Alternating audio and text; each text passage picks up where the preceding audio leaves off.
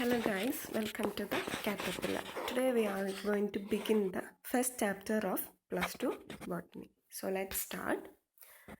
Kunjan Nambyar. You all know this person. Who is he?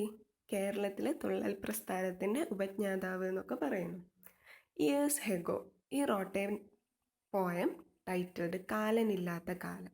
And some of the lyrics of these poems are: വൃദ്ധന്മാർ ഒരു കൂട്ടം നിറഞ്ഞു ഭൂതലം തന്നിൽ, ചത്തുകൊള്ളതീനേതും കഴിവില്ല കാലനില്ല, മുത്തച്ഛൻ മുതുക്കൻ്റെ മുത്തച്ഛൻ ഇരിക്കുന്നു, മുത്തച്ഛൻ അവനുള്ള മുത്തച്ഛൻ മരിച്ചില്ല, 500 വയസ്സുള്ളോരപ്പൂപ്പന്മാരും ഇപ്പോൾ കുഞ്ഞായിട്ടിരിക്കുന്നു, അപ്പൂപ്പൻ അവർക്കുണ്ട്, കഞ്ഞിക്ക് വകയില്ല വീടുകളിലൊരിടത്തും, കുഞ്ഞുങ്ങൾ കെട്ട് 10 പറ അരി കൊണ്ടുപോരാ. Is this happening in your homes? No. That is, every organism will live only up to a limit. ഇതിൽ പറയുന്ന പോലെ അല്ലെങ്കിൽ കുഞ്ചൻ നമ്പ്യാർ സങ്കല്പിച്ച പോലെയൊന്നും ഇവിടെ സംഭവിക്കുന്നില്ല. 500 വയസ്സ് വരെയൊന്നും ആരും ജീവിക്കുന്നില്ല. Every organism will live only up to a limit, and this is known as lifespan. And what is lifespan? It is the period from birth to natural death of an organism. So in your textbook, they are given a picture. In this, they are already filled the lifespan of butterfly, crow, parrot, crocodile, tortoise, etc. And we have to fill others. And let's look at it. The lifespan of butterfly is only 1 to 2 weeks, crow 15 years, parrot 140 years, crocodile 60 years, tortoise 100 to 150 years. And we have to fill others. I have already made a table. Let's look at it.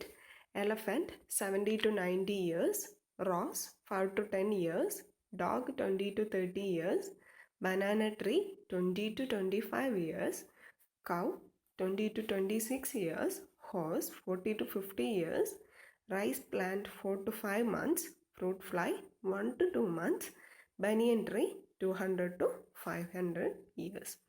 Here you can see that lifespan can varies from few weeks to 500 years or more. So let's look at the size of crow and parrot.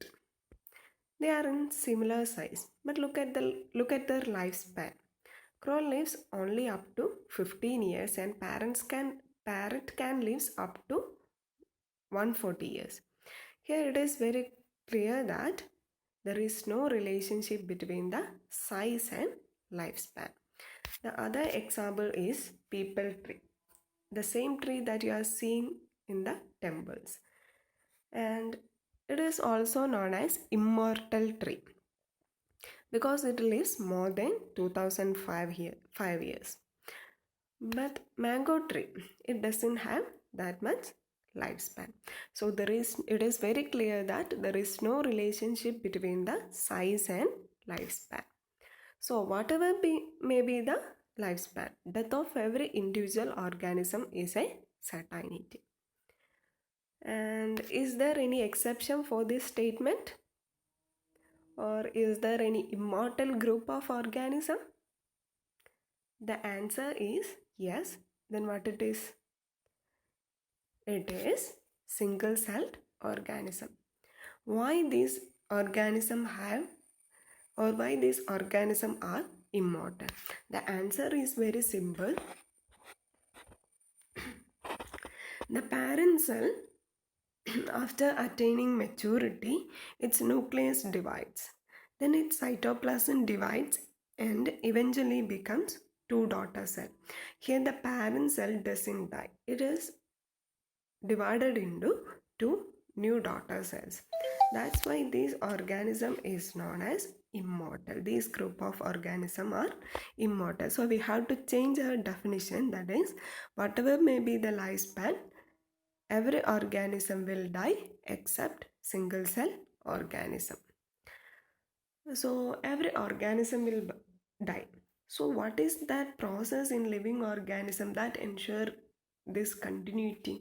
That is, every human in this world living will die. But even though there will be humans, how it happens? That is, simply you know the answer. It is reproduction. So our first chapter is reproduction in organisms. So what is reproduction? It is a biological process in which an organism gives rise to young ones similar to itself. And we are living in a complex world, and each organism have its own mechanism of reproduction. In the organism's habitat, its internal physiology, and several other factors are collectively responsible for how it reproduces. So reproduction is mainly classified into two. They are asexual reproduction and sexual reproduction.